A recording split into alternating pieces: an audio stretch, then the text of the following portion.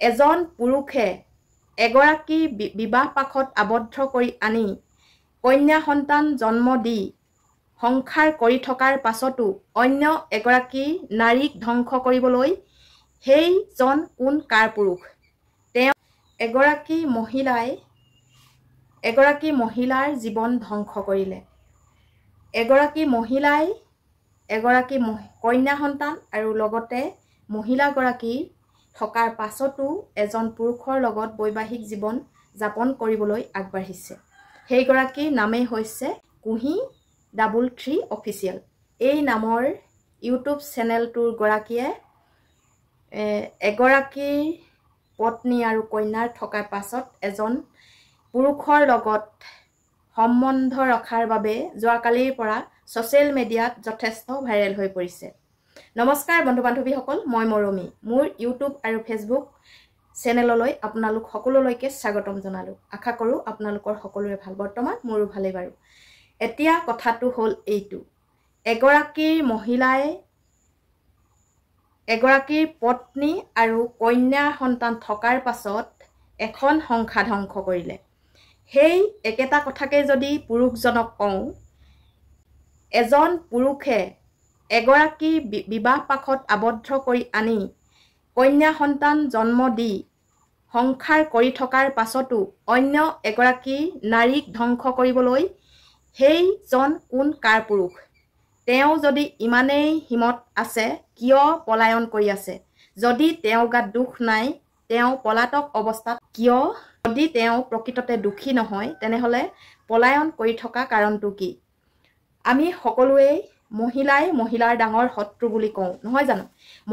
মহিলাৰ ডাঙৰ শত্ৰু। কিন্তু পুৰুষজনে যদি সেই কথাষাৰ ভাবিলেহেঁতেন, এই মহিলাগৰাকীৰ জীৱন ধ্বংস কেতিয়াও নহয়।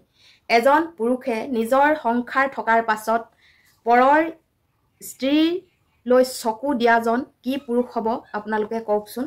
যোৱাকালিৰ পৰা অহৰহ পাই আছোঁ, অকল কুহি অফিচিয়েলৰ গাতহে দুখ, অকল কুহি অফিচিয়েলৰ গাতহে দুখ। পুৰুষজনৰ কি দুখ নাই? পুৰুষজন পুৰুষ হ'ল বুলিয়ে কি আমি পুৰুষৰ গাত তিল মানুহ দুখ নিদিওঁ?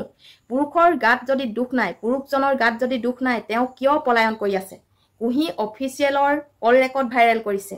তেওঁলোকৰ সম্বন্ধ কি আছিল কি নাই সেইটো কথা আমি ক'বলৈ নাযাওঁ। সেইটো তেওঁলোকে কল ৰেকৰ্ডত ওলোৱা মতে ইতিমধ্যে কোৰ্ট মেৰেজ কৰিছে। যদি তেওঁলোকৰ একো সম্পৰ্ক নাই, তেওঁলোকে কোৰ্টত কেনেকৈ কোৰ্ট মেৰেজ কৰিলে?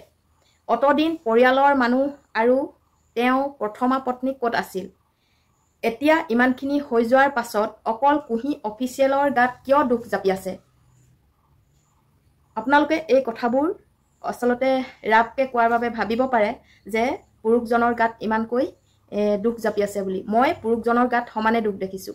কুহি অফিচিয়েলৰ গাত যিমান দুখ আৰু পুৰুষজনৰ গাতো সমানে দুখ। কাৰণ এখন তাল কেতিয়াও নাবাজে। আৰু আপোনালোকে হয়তো কল ৰেকৰ্ডটো শুনিবলৈ বাকী নথকাকে সকলোৱে শুনিছে। কল ৰেকৰ্ডটোত আপোনালোকে কি শুনিলে? কল ৰেকৰ্ডত এগৰাকীয়ে কৈছে 12 বছৰ ভাল পাই বিবাহ পাশত আবদ্ধ হৈছে, আৰু এগৰাকীয়ে কৈছে 5 বছৰ এতিয়া ভাল পাই তেওঁ কোৰ্ট মেৰেজ কৰিছে। আৰু এই পুৰুষজনৰ উত্তৰ দিবলৈ কি হিমত নাই? কাপুৰুষ হৈ তেওঁ গৰাকীয়ে জীৱন শেষ কৰিলে। এই কাপুৰুষ বুলিয়ে কৈছোঁ, কাৰণ তেওঁ যদি প্ৰকৃত পুৰুষ হ'লহেঁতেন নিশ্চয় এনে কাণ্ড কেতিয়াও নকৰে। নিজৰ কন্যা সন্তানৰ কথা ভাবি তেওঁ এনে কাম কেতিয়াও নকৰে। যদি প্ৰকৃত তেওঁ পুৰুষ, তেনেহ'লে নিজৰ সংসাৰখনৰ কথা নিশ্চয় এবাৰলৈও ভাবিলেহেঁতেন। নিজৰ যি সন্তান, নিজৰ